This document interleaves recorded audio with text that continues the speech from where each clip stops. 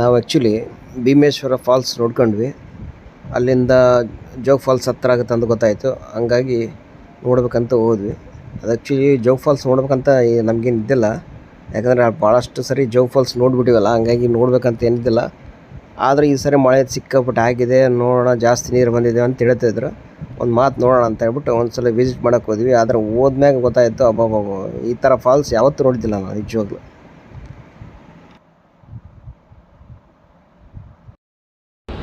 ಈ ಜೋಗ್ ಫಾಲ್ಸ್ ಇಷ್ಟೊಂದು ನೀರು ನೋಡಿರ್ತಾ ಇರೋದು ಇದೇ ಮೊಟ್ಟ ಮೊದಲ ಬಾರಿ.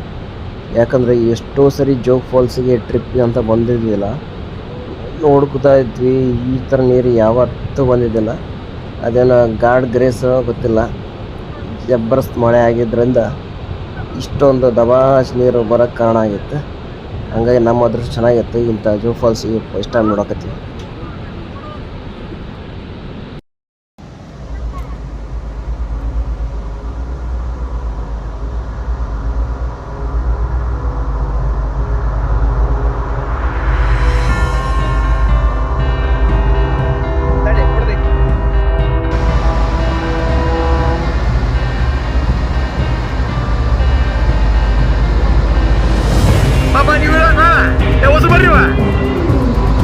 ಬರ್ರಿ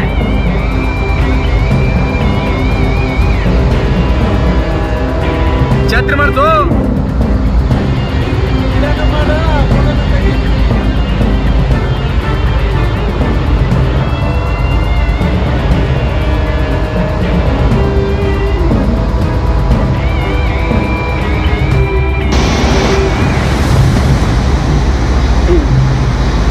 ರಾಜ, ರಾಣಿ, ರೋರರ್, ರಾಕೆಟ್.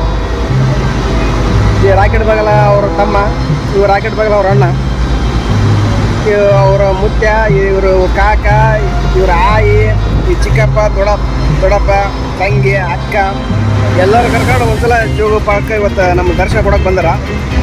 ನೀವು ಸ್ವಲ್ಪ ದರ್ಶನ ತೊಗೊಂಡ್ಬಿಡ್ರಿ.